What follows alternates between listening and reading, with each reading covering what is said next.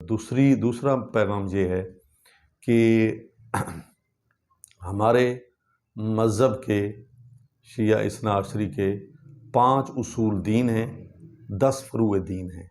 तो आज मैं आपको जो 5 उसूल दीन हैं, यानी दीन की जड़ें, असल जड़ को कहते हैं, और जड़ जिस तरह दरख्त के नीचे होती है, नज़र नहीं आती, ज़मीन में होती है, इसी तरह जो अक़ायद हैं मज़हब के, वो भी नज़र नहीं आते, इंसान के दिलो दिमाग में होते हैं। तो इसलिए इनको नाम दिया गया है उसूल दीन का। और वो उसूल दीन 5 हैं। अव्वल तौहीद, दूसरी अदल, तीसरी नबुव्वत, चौथी इमामत, 5वीं क़यामत। तो इनका मैं मुख्तसर आपको तारुफ़ कराना चाहता हूँ। तौहीद जो है, इसका मतलब है अल्लाह को एक मानना, ज़ात और सिफ़ात में उसका कोई शरीक नहीं है, वो वहदहू ला शरीक है, वो फ़कत एक है, अकेला है, तन्हा है। दूसरा अदल, यानी अल्लाह ताला की ज़ात अदल करेगी दुनिया में भी आखिरत में भी। तो अल्लाह किसी पर जुल्म नहीं करता, वो आदिल है, इसलिए दूसरा जो उसूल दीन है वो अदल है। और तीसरा है नबुव्वत, कि अल्लाह ताला जो है बंदू की हिदायत के लिए अल्लाह ताला ने 1,24,000 अम्बिया मबूस फरमाए, भेजे, जो इंसानों की हिदायत के लिए आए हैं। तो उनके जो ओहदे को नबुव्वत कहते हैं, उनका जो ओहदा है उसको नबुव्वत कहते हैं। ये तीसरा हो गया। चौथी चीज़ है इमामत,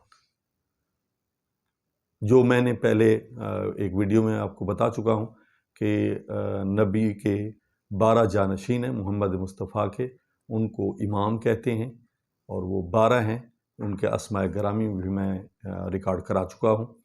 तो वो भी एक अम्बिया का जो पैगाम है, खुदा, क्योंकि दीन खुदा बनाता है, अम्बिया पहुँचाते हैं, और अइम्मा जो है वो पहुँचाते भी हैं, बचाते भी हैं।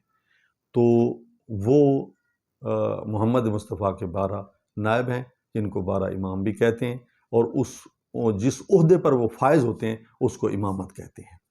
आखिरी है 5वें नंबर पर क़यामत, कि अल्लाह ताला ने एक नतीजे का दिन जो है मुकर्रर फरमाया है, कि जिस दिन वो नेक लोगों को उसकी जज़ा देकर जन्नत में भेजेगा, और सरकश और जालिम लोगों को सज़ा देकर जहन्नम में भेजेगा।